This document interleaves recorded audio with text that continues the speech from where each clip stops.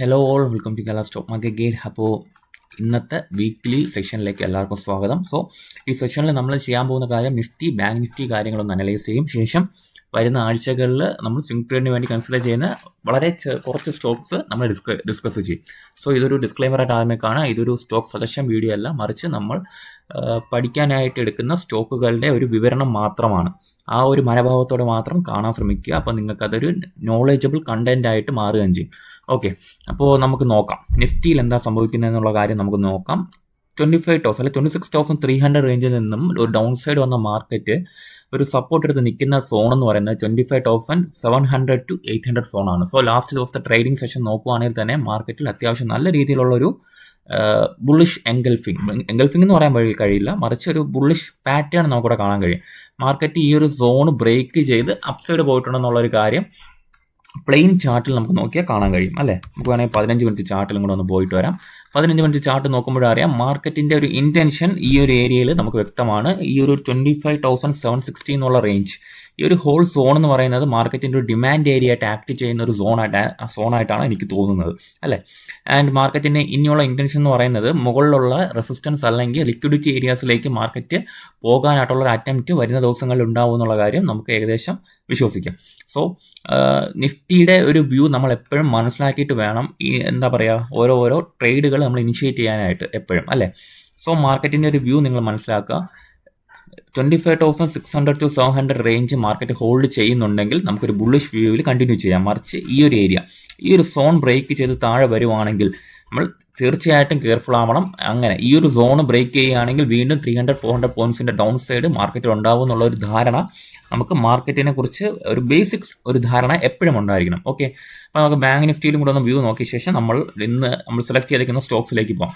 Bank നിഫ്റ്റിയിൽ കഴിഞ്ഞ 1 വീക്കായിട്ട് ഞാൻ എൻ്റെ ഒരു എന്താ പറയുക വ്യൂ എന്ന് പറയുന്നത് സെയിം ആണ്. ഈ രണ്ട് സോൺസ് 60,000 എന്ന് മുകളിൽ മാർക്ക് ചെയ്തിരിക്കുന്ന ഈ സോണ്, 58,000 റേഞ്ചിൽ മാർക്ക് ചെയ്തിരിക്കുന്ന ഈ സോൺ, ഈ രണ്ട് സോണിന്റെ പുറത്ത് മാർക്കറ്റ് ബ്രേക്ക് ചെയ്താൽ മാത്രമേ ഞാൻ എൻ്റെ വ്യൂ മാറ്റത്തുള്ളൂ. സോ 1 hour ക്യാൻഡലിനെ കുറച്ചുകൂടെ വ്യക്തമായിട്ട് കാണിച്ചിട്ടുണ്ട്.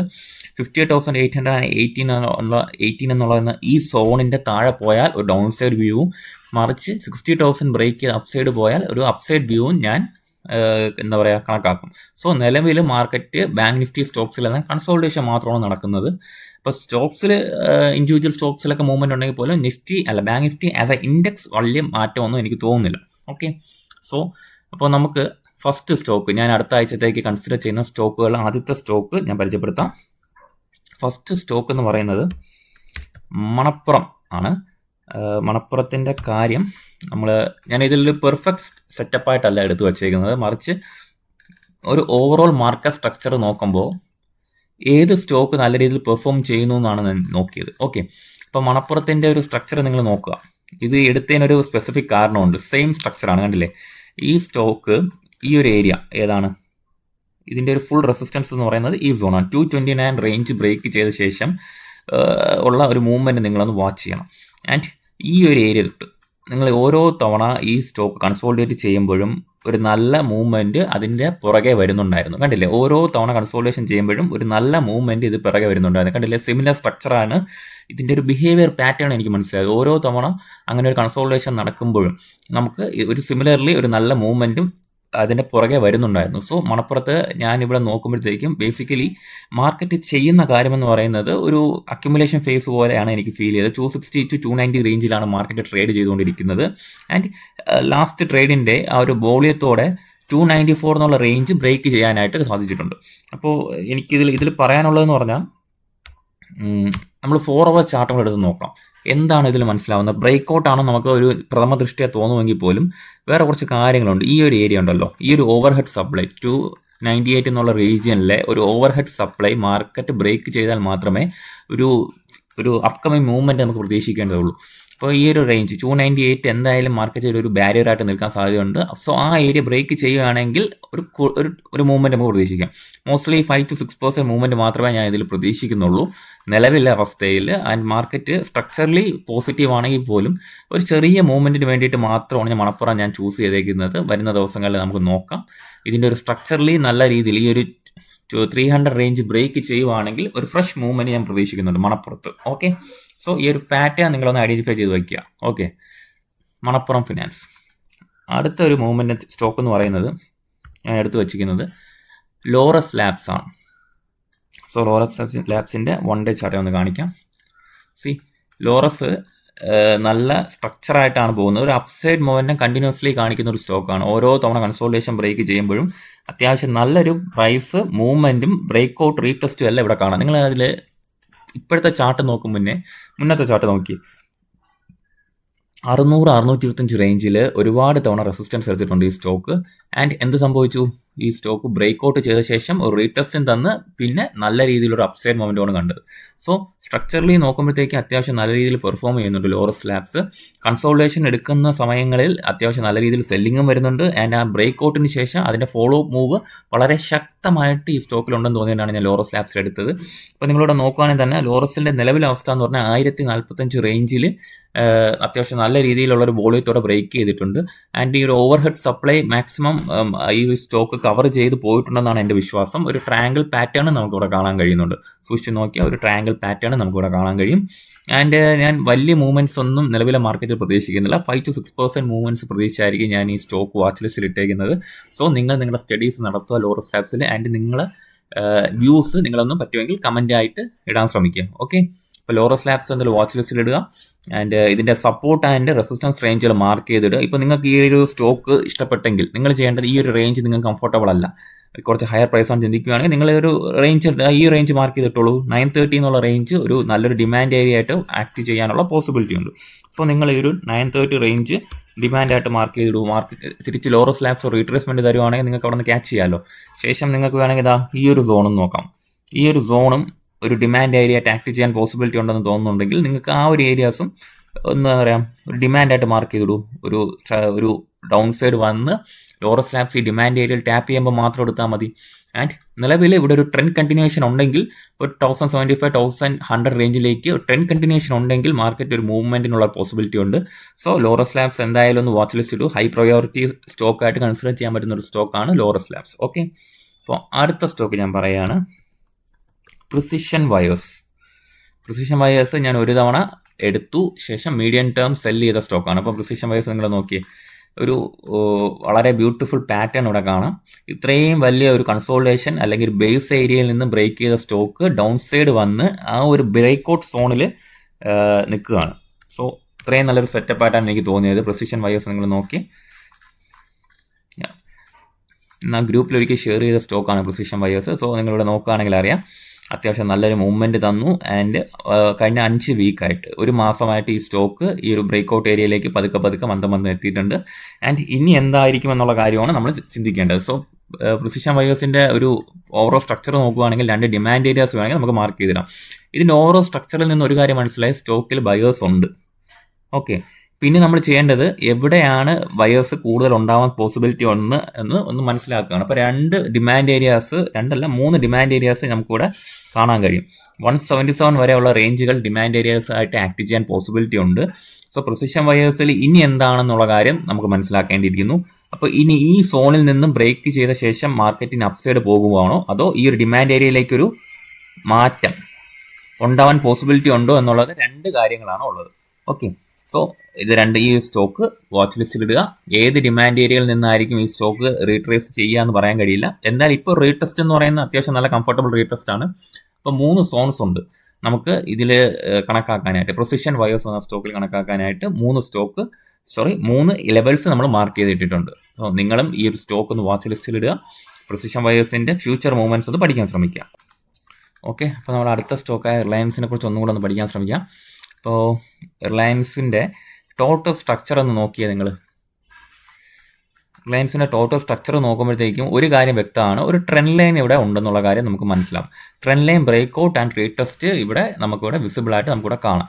സോ ഈ റിലയൻസിൻ്റെ ഒരു ലോവർ ടൈം ഫ്രെയിമിൽ 1 ഡേ ചാർട്ടിൽ നമുക്ക് നോക്കുമ്പോൾ മനസ്സിലാവുന്ന ഒരു കാര്യം എന്താണ്, സ്റ്റോക്ക് ഒരു ബ്രേക്ക് ഔട്ട് ഏരിയയ്ക്ക് മുകളിൽ ഇന്ന നിശ്ചിതമായ സ്ഥലത്ത് ട്രേഡ് ചെയ്യുന്നു അല്ലെങ്കിൽ ഒരു കൺസോൾട്ടേഷൻ നടത്തുന്നു എന്നുള്ളത്. സോ റിലയൻസിൻ്റെ ഒരു സെല്ലിംഗ് പ്രഷർ നേടുന്ന സോണ് 1580 എന്നുള്ള ഈ റേഞ്ചിൽ മാർക്കറ്റ് ഒരു സെല്ലിംഗ് പ്രഷർ നേടുന്നുണ്ട്. ആൻഡ് റിലയൻസിൻ്റെ ഒരു പ്രത്യേകത എന്ന് പറയുന്നത് റിലയൻസ് ബ്രേക്ക് ഔട്ട് ചെയ്ത നമ്മുടെ നിഫ്റ്റിയെയും അത് നല്ല രീതിയിൽ അപ്സൈഡ് കൊണ്ടുപോകും. സോ ഇൻഡെക്സിൽ തന്നെ വളരെ പ്രധാനപ്പെട്ട ഒരു സ്റ്റോക്കായ റിലയൻസിനെ നമ്മൾ ഏത് രീതിയിലാണ് ഇനി കാണേണ്ടത്? ഇനി ഈ സ്റ്റോക്കിൻ്റെ ഫ്യൂച്ചർ മൂവ്മെൻറ്റ്സ് മനസ്സിലാക്കുന്നതിന് മുന്നേ നമ്മൾ ഇതിൻ്റെ ഒരു demand and supply range mark ചെയ്തിടുക. സോ നമ്മൾ പറഞ്ഞു ആദ്യത്തെ ഒരു സപ്ലൈ ഏരിയ പറഞ്ഞു 1580 ആൻഡ് അടുത്തതിൻ്റെ ഒരു ഡിമാൻഡ് ഏരിയ കണക്കാക്കുകയാണെങ്കിൽ 1500. ഈ ഒരു 1500 എന്നുള്ള റേഞ്ച് ഡിമാൻഡ് ഏരിയ ആയിട്ട് മാർക്കറ്റിൽ ആക്ട് ചെയ്യാനുള്ള പോസിബിലിറ്റി ഉണ്ട്. ശേഷം നമുക്കൊരു നല്ലൊരു ഡിമാൻഡ് ഏരിയ എന്ന് പറയുന്നത് 1418 അല്ലെങ്കിൽ 20 എന്നുള്ള ഈ റേഞ്ചാണ്. സോ റിലയൻസ് അത്രയും താഴെ വരുമെന്നുള്ള ഒരു ഫീൽ എനിക്കില്ല. മാർക്കറ്റ് അത്രയും മോശമാവാനുള്ള പോസിബിലിറ്റി ഇല്ല. സോ ഈ ഒരു ഡിമാൻഡ് ഏരിയ കണക്കാക്കാം. 1529 ഡിമാൻഡ് ഏരിയ നമുക്ക് ഒരു ഏകദേശം ഒരു ഫിക്സഡ് ഡിമാൻഡ് ഏരിയ ആയിട്ട് കണക്കാക്കാം. ആൻഡ് 1600 1650 റേഞ്ചുകളിലേക്ക് റിലയൻസിൻ്റെ ഒരു മൂവ്മെൻറ്റ് പെട്ടെന്ന് ഉണ്ടാവും എന്നുള്ളൊരു പ്രതീക്ഷ നമുക്ക് കാണാം. കാര്യം എന്ന് പറയുന്നത് അത്യാവശ്യം ബ്രേക്ക് റീടെസ്റ്റിൽ നിൽക്കുന്ന ഒരു സ്റ്റോക്ക് ആയതുകൊണ്ട് തന്നെ നമുക്ക് ഇനി ഇതിലൊരു നല്ല മൂവ്മെൻ്റ് ആണ് ഞാൻ എക്സ്പെക്ട് ചെയ്യുന്നത്. ഓക്കെ, സോ ഈ ഒരു ഓൾ ടൈം ഹൈ റേഞ്ചിൽ 1613 എന്നുള്ള ഓൾ ടൈം ഹൈ റേഞ്ചിൽ എന്തായാലും റിലയൻസ് ഒരു റെസിസ്റ്റൻസ് എടുക്കും. അപ്പോൾ 1613 എന്നുള്ള റേഞ്ച് റിലയൻസിന് ബ്രേക്ക് ചെയ്യാൻ കഴിഞ്ഞാൽ ഒരു ക്വിക്ക് മൂവ്മെൻറ്റ്സ് ഒരു എത്ര പെർസെൻറ്റ് 1613 നിന്ന് ഒരു 6 to 10% മൂവ്മെൻറ്റ് റിലയൻസിൽ ഉണ്ടാവുമെന്നാണ് ഞാൻ പ്രതീക്ഷിക്കുന്നത്. സോ നമ്മുടെ ഒരു ട്രേഡ് പ്ലാന് ആ രീതിയിൽ കറക്റ്റാക്കി ഇടാം. ക്രൂഷ്യൽ സോൺ എന്ന് പറയുന്നത് 1610 ഓക്കെ. അപ്പം അടുത്തിനി നമ്മൾ നോക്കാൻ പോകുന്ന സ്റ്റോക്ക് എന്ന് പറഞ്ഞാൽ NCC ലിമിറ്റഡ് എന്ന് പറഞ്ഞാൽ അതൊരു റിവേഴ്സൽ ടൈപ്പ് സ്റ്റോക്കാണ്. നിങ്ങളിവിടെ നോക്കിയേ, NCC എന്ന് പറഞ്ഞ സ്റ്റോക്ക് ഓൾ ടൈം ഹൈ ആയ 360 റേഞ്ച് അല്ലെങ്കിൽ 70 റേഞ്ച് വരെ പോയി ഈ സ്റ്റോക്ക്. ശേഷം അത്യാവശ്യം നല്ല രീതിയിൽ ഡൗൺ സൈഡ് വന്നു. ഒരു സ്ട്രക്ചറലി പോലും നല്ല ഡൗൺ സൈഡ് ആയിരുന്ന ഈ സ്റ്റോക്ക് റിവേഴ്സൽ പോസിബിലിറ്റി ആണ് ഇപ്പം നിലവിൽ കാണുന്നത്. നിങ്ങളിവിടെ നോക്കുകയാണെങ്കിൽ അറിയാം, ഇവിടെയൊക്കെ ട്രേഡ് എടുത്ത ആളുകൾക്കെല്ലാം പ്രോഫിറ്റ് ആയിട്ടുണ്ട്. ബട്ട് അതിനുശേഷം ഈ സ്റ്റോക്ക് അത്യാവശ്യം നല്ല ഡൗൺ ട്രെൻഡ് കണ്ടിന്യൂസ്ലി കാണിച്ചുകൊണ്ടിരുന്ന സ്റ്റോക്കാണ്. അപ്പം ഇനിയൊരു റിവേഴ്സൽ പോസിബിലിറ്റി ഉണ്ടോ എന്നുള്ളതാണ് ചോദ്യം NCC എന്ന് പറഞ്ഞ സ്റ്റോക്കിൽ. അപ്പോൾ ഞാൻ പറയും റിവേഴ്സൽ പോസിബിലിറ്റി ഉണ്ട്. ഒരു ഡിമാൻഡ് ഏരിയയിലേക്ക് മാർക്കറ്റ് എത്തി എന്നുള്ള കാര്യമാണ് ഞാൻ സൂചിപ്പിക്കുന്നത്. അപ്പോൾ 152 to 150 റേഞ്ച് ഒരു ഡിമാൻഡ് ഏരിയ ആയിട്ട് ആക്ട് ചെയ്യാൻ പോസിബിലിറ്റി ഉണ്ട്. അപ്പോൾ എന്താണ് ഇവിടുത്തെ റിസ്ക് എന്ന് ചോദിച്ചാൽ ഇത്രയും വലിയൊരു സെല്ലിംഗ് പ്രഷറിനെ മറികടത്തുന്ന രീതിയിലുള്ള ഒരു ക്യാൻഡിൽ കൺഫർമേഷൻ എനിക്കിവിടെ കിട്ടിയിട്ടില്ല. അതുകൊണ്ട് തന്നെ ഞാൻ കുറച്ച് കെയർഫുൾ ആയിരിക്കും. അപ്പോൾ ആ ഏരിയ ഈ 150 എന്നുള്ള ഏരിയ ബ്രേക്ക് ചെയ്ത് അടുത്ത ഇനി ഒരു ഡിമാൻഡ് ഏരിയ ആയിട്ട് വരുന്നത് 130 സോണാണ്. ഓക്കെ, അതുകൊണ്ടൊന്ന് മാർക്ക് ചെയ്തിടാം. ഇപ്പോൾ 2 ഡിമാൻഡ് ഏരിയാസ് നിലവിലുണ്ട്. ഇതിൽ ഡിമാൻഡ് എന്നുള്ള കാര്യം നമ്മൾ മാർക്ക് ചെയ്തിടുകയാണ്. ഡിമാൻഡ് എന്നുള്ള കാര്യം അപ്പോൾ അതിനെ ക്ലോൺ ചെയ്തെടുക്കാം. സോ ഡിമാൻഡ് ഏരിയ മാർക്ക് ചെയ്തിടുന്നു. അപ്പോൾ ഈ 2 ഡിമാൻഡ് ഏരിയാസ് ഞാൻ മാർക്ക് ചെയ്തിട്ടുണ്ട്, 134 റീജിയനും ആൻഡ് 150 റീജിയനും. സോ ഈ ഏരിയയിൽ നിന്ന് റിവേഴ്സൽ ഉണ്ടാവാനുള്ള പോസിബിലിറ്റി ഉണ്ടോ എന്ന് ചോദിച്ചാൽ റിവേഴ്സൽ ഉണ്ടാവാനുള്ള പോസിബിലിറ്റി ഉണ്ട്. ബട്ട് കാൻഡിൽ സ്റ്റിക്കിൽ എനിക്ക് വലിയ ഒരു വോളിയത്തോടെയാണ് വന്നതെന്ന് തോന്നുന്നില്ല. ആ ഒരു കൺഫർമേഷൻ കുറച്ചും കൂടെ എനിക്ക് കിട്ടിയിട്ടില്ല. സോ മേ ബി മാർക്കറ്റ് എന്താ ചെയ്യാൻ പോകണമെന്ന് ചോദിച്ചാൽ മേ ബി ഇവിടെ ഒന്നും കൂടെ ഒന്ന് ഇറങ്ങി ഡീപ്പായിട്ട് ഇറങ്ങിയ ശേഷം റിവേഴ്സൽ ചെയ്യാനുള്ള പോസിബിലിറ്റി ഉണ്ട്. സോ എല്ലാവരും വാച്ച് ലിസ്റ്റിൽ ഇടുക. റിവേഴ്സൽ ക്യാൻഡിൽ സ്റ്റിക്സിൻ്റെ നല്ലൊരു സെറ്റപ്പ് ഇതിൽ വരാനുള്ള പോസിബിലിറ്റി ഉണ്ട്. സോ 2 രീതിയിൽ ഇതിൽ നമുക്ക് സമീപിക്കാം. ഒന്ന് മേ ബി ഒന്നും കൂടെ താഴോട്ട് വന്നിട്ട് ഡൗൺ സൈഡ് വന്ന ശേഷം അപ്പ് സൈഡ് പോകാം, അല്ലെങ്കിൽ മേ ബി ഇവിടെ നിന്ന് തന്നെ കണ്ടിന്യൂസ്ലി അപ്പ് സൈഡ് പോകാം. ഇപ്പം ഡിമാൻഡ് ഏരിയയിലേക്ക് NCC വന്ന സ്ഥിതിക്ക് എന്തായാലും ഒന്ന് വാച്ച് ലിസ്റ്റിൽ ഇടുക. വരുന്ന ആഴ്ചകളിൽ മേ ബി ഇതൊരു റിവേഴ്സൽ ആയിക്കഴിഞ്ഞാൽ ഒരു മിനിമം 30% മൂവ്മെൻറ്റ് വരുന്ന വീക്സ് അല്ലെങ്കിൽ മാസങ്ങളിൽ ഉണ്ടാവാൻ പോസിബിലിറ്റി ഉണ്ട് NCCയിൽ. സോ റിവേഴ്സൽ കൺഫർമേഷന് വേണ്ടിയിട്ട് വെയിറ്റ് ചെയ്യുക. നിലവിൽ ഈ ഒരു ലോക്ക് 150 റേഞ്ചിന് താഴെ പോയിട്ടില്ലെങ്കിൽ ഈ സ്റ്റോക്ക് മോസ്റ്റ്ലി ഒരു സ്ട്രെങ്ത് കാണിക്കും. മറിച്ച് 150ക്ക് താഴെ പോകുവാണെങ്കിൽ 2 റിവേഴ്സൽ സോൺസ് നമുക്ക് കണക്കാക്കിയിട്ടുണ്ട്. ഒന്ന് 130 റേഞ്ചിനോടനുബന്ധിച്ചാണ്. സോ റിവേഴ്സൽ ട്രേഡുകൾ നോക്കുന്ന ആളുകൾ ഇങ്ങനത്തെ ഒരു സ്റ്റോക്ക് ഉണ്ടെന്നും അതിൻ്റെ ഒരു റിവേഴ്സൽ പോസിബിലിറ്റി ഉണ്ടെന്നുള്ള കാര്യങ്ങൾ മനസ്സിൽ വെച്ച് ഒന്ന് വാച്ച് ലിസ്റ്റിലിട്ട് വരുന്ന ആഴ്ചകളിൽ ഒന്ന് വാച്ച് ചെയ്യുക NCC ലിമിറ്റഡ്. ഓക്കെ, അടുത്ത സ്റ്റോക്ക് ഞാൻ പറഞ്ഞുതരാം. അടുത്തത് ഒരു പെർഫെക്റ്റ് സെറ്റപ്പ് സ്റ്റോക്ക് അല്ല, പക്ഷേ പ്രൈസ് ആക്ഷൻ ബേസ് ഹോൾഡ് ചെയ്യുന്ന ഒരു സ്റ്റോക്ക് ഞാൻ എടുത്തതാണ്. കല്യാൺ ജുവലേഴ്സ് എന്നാണ് കമ്പനിയുടെ പേര്. അപ്പോൾ എല്ലാവർക്കും അറിയാം കല്യാൺ ജുവലേഴ്സ്. കല്യാൺ ജുവലേഴ്സ് എന്ന് പറയുന്ന സ്റ്റോക്ക് നിങ്ങളിവിടെ നോക്കുക, ഒരു ട്രെൻഡ് ലൈനിൽ ടച്ച് ചെയ്ത് ഒരു ബേസിൽ നിൽക്കുകയാണ് ഈ സ്റ്റോക്ക്. അപ്പോൾ നിങ്ങളിവിടെ നോക്കുകയാണെങ്കിൽ അറിയാം, ഇതെന്ന് പറഞ്ഞാൽ കനത്ത സെല്ലിംഗ് നടന്ന സോണാണ്. 600 റേഞ്ച് എന്ന് പറയുന്നത് മാർക്കറ്റിൽ കല്യാൺ ജുവലേഴ്സിൽ അത്യാവശ്യം നല്ല സെല്ലിംഗ് നടന്ന സോണാണ്. ആൻഡ് മാർക്കറ്റിൽ ഇവിടുത്തെ ഒരു പ്രൈസ് ആക്ഷൻ സൂക്ഷ്മമായിട്ട് നോക്കുകയാണെങ്കിൽ ഒരു ട്രെൻഡ് ലൈൻ ടച്ച് ചെയ്ത ശേഷം മാർക്കറ്റ് ഈ ഒരു സപ്ലൈയിലേക്ക് പോകുന്നു, തിരിച്ച് ഈ സപ്ലൈ ടെസ്റ്റ് ചെയ്യാനുള്ള അറ്റംപ്റ്റ് നടത്തുന്നു ആൻഡ് തിരിച്ച് വീണ്ടും ഈ ഒരു ട്രെൻഡ് ലൈനിലേക്ക് വരുന്നു. സോ ഇവിടുത്തെ ഒരു ക്യാൻഡിൽ സ്റ്റിക്സ് നോക്കുകയാണെങ്കിൽ ഈ ഒരു ഏരിയ ഹോൾഡ് 455 മുകളിലല്ല, ഈ ഒരു ഏരിയ 455 ഹോൾഡ് ചെയ്യുക, അല്ലെങ്കിൽ 460 നമുക്ക് കണക്കാക്കാം. 460 ഹോൾഡ് ചെയ്യുവാണെങ്കിൽ മേ ബി ഒരു 7% മൂവ്മെൻറ്റ് നമുക്ക് കിട്ടും. പക്ഷേ അതിനൊറ്റ കണ്ടീഷനേ ഉള്ളൂ, ഈ 459-60 എന്നുള്ള റേഞ്ച് മാർക്കറ്റ് ഹോൾഡ് ചെയ്യണം. അപ്പോൾ ഇതൊരു ഡിമാൻഡ് ഏരിയ ആയിട്ട് ആക്ട് ചെയ്താണ് നിൽക്കുന്നത്. ഒരു ട്രെൻഡ് ലൈൻ സപ്പോർട്ടിലാണ് മാർക്കറ്റ് നിൽക്കുന്നത്. ഓക്കെ, ഇതൊരു പെർഫെക്റ്റ് സെറ്റപ്പ് അല്ല, മറിച്ച് ഒരു എന്താ പറയുക, ഒരു ട്രെൻഡ് ലൈൻ സെറ്റപ്പിൽ നമ്മളൊന്ന് ഒരു സ്ട്രക്ചർ നോക്കി എടുത്ത ഒരു സെറ്റപ്പാണ് കല്യാൺ ജുവലേഴ്സ് എന്ന് പറയുന്നത്. സോ എന്തായാലും നമുക്കത് വാച്ച് ലിസ്റ്റിലിട്ട് ഈ ഒരു സെറ്റപ്പ് വർക്ക് ആവുന്നുണ്ടോ നമുക്കൊന്ന് വാച്ച് ചെയ്യാം. ഇപ്പം മേ ബി 490 മുകളിൽ ബ്രേക്ക് ചെയ്യുവാണെങ്കിൽ ഒരു 520 530 റേഞ്ചിലേക്ക് പെട്ടെന്നൊരു ക്വിക്ക് മൂവ്മെന്റ്, ഒരു 5 to 7% മൂവ്മെന്റിന്റെ പോസിബിലിറ്റി ഉണ്ട്. അപ്പം 600 എന്ന് പറയുന്നത് പ്രോപ്പർലി ഒരു സെല്ലിംഗ് സോൺ ആണ്. അപ്പം നിങ്ങൾ നോക്കുക, ഇതൊരു സപ്ലൈ ആണ്, അതും കൂടെ മാർക്ക് ചെയ്തിടുക. ഈ സപ്ലൈ ടച്ച് ചെയ്യാൻ, ഈ സപ്ലൈ ടെസ്റ്റ് ചെയ്യാനുള്ള ഒരു അറ്റംപ്റ്റ് മേ ബി ഈ ഒരു സ്റ്റോക്കിന്റെ ഭാഗത്തു നിന്ന് ഉണ്ടാവുമെന്നാണ് എനിക്ക് തോന്നുന്നത്, കല്യാൺ ജുവലേഴ്സിന്റെ ഭാഗത്ത് നിന്ന്. ആൻഡ് ഈ ഡിമാൻഡിൽ നിന്ന് അത്യാവശ്യം നല്ല രീതിയിലുള്ള റിയാക്ഷൻ കണ്ടതുകൊണ്ടാണ് ഞാനിവിടെ ഈ സ്റ്റോക്ക് ഒന്ന് നോട്ട് ചെയ്ത് വെച്ചത്. ഓക്കെ, അപ്പോൾ അടുത്ത ഒരു സ്റ്റോക്ക്, അത് ഞാൻ ലോങ് ടേമിന് വേണ്ടി നോക്കുന്ന ഒരു സ്റ്റോക്കാണ്. ഹാവൽസ് എന്ന് പറഞ്ഞ കമ്പനിയുടെ പേര് ഇപ്പോൾ എല്ലാവർക്കും അറിയാവുന്ന ഒരു സ്റ്റോക്കാണ്. അപ്പോൾ ഇത് ഞാൻ എടുത്തതിൻ്റെ കാര്യം എന്ന് പറഞ്ഞാൽ കുറച്ച് വാല്യുവേഷൻ വൈസ് ആണ് നോക്കുന്നത്. അതായത് 2107 നിന്ന സ്റ്റോക്ക് 34% ഇടിഞ്ഞ് ഇപ്പോൾ നിൽക്കുന്നത് 1375. സോ ഞാനിവിടെ നോക്കുന്നത് ഇത്രയും നല്ലൊരു കമ്പനി ഏത് റേഞ്ചിൽ നമുക്ക് വാങ്ങാൻ കിട്ടുമെന്നുള്ളതാണ്. സോ ഹാവൽസ് നോക്കുകയാണെങ്കിൽ അറിയാം, ഒരു 30% ഇടിഞ്ഞ് മാക്സിമം 1350 റേഞ്ചിൽ കിട്ടിയിട്ടുണ്ട് അല്ലേ. അപ്പോൾ ലോങ് ടേമിന് വേണ്ടി ഇത് വാങ്ങാൻ പറ്റൂല്ല എന്നുള്ള കാര്യമാണ് ഞാൻ നോക്കിക്കൊണ്ടിരിക്കുന്നത്. ഫണ്ടമെൻ്റലിയും കൂടെ ഒന്ന് പഠിച്ച ശേഷം എന്തായാലും ഒരു നല്ലൊരു എൻട്രി ഇവിടെ കിട്ടുവാണെങ്കിൽ എടുക്കണമെന്നുള്ള പ്രതീക്ഷയിൽ ഞാൻ ഈ ആഴ്ച നോക്കി വെച്ചേക്കുന്ന സ്റ്റോക്കാണ് ഹാവൽസ് എന്ന് പറയുന്നത്. അപ്പോൾ ഹാവൽസ് ഇപ്പോൾ നിൽക്കുന്നത് മോസ്റ്റ്ലി ഒരു ഡിമാൻഡ് ഏരിയയിലാണ്, കണ്ടോ. ഇപ്പോൾ സ്ട്രക്ചർ നോക്കുവാണെങ്കിൽ ഞാൻ എടുക്കത്തില്ല. സ്ട്രക്ചർ നോക്കുവാണെങ്കിൽ നമുക്ക് ഡൗൺ സൈഡ് വരും എന്നുള്ള ഫീലാണ് വരുന്നത് സ്ട്രക്ചർ വൈസ്.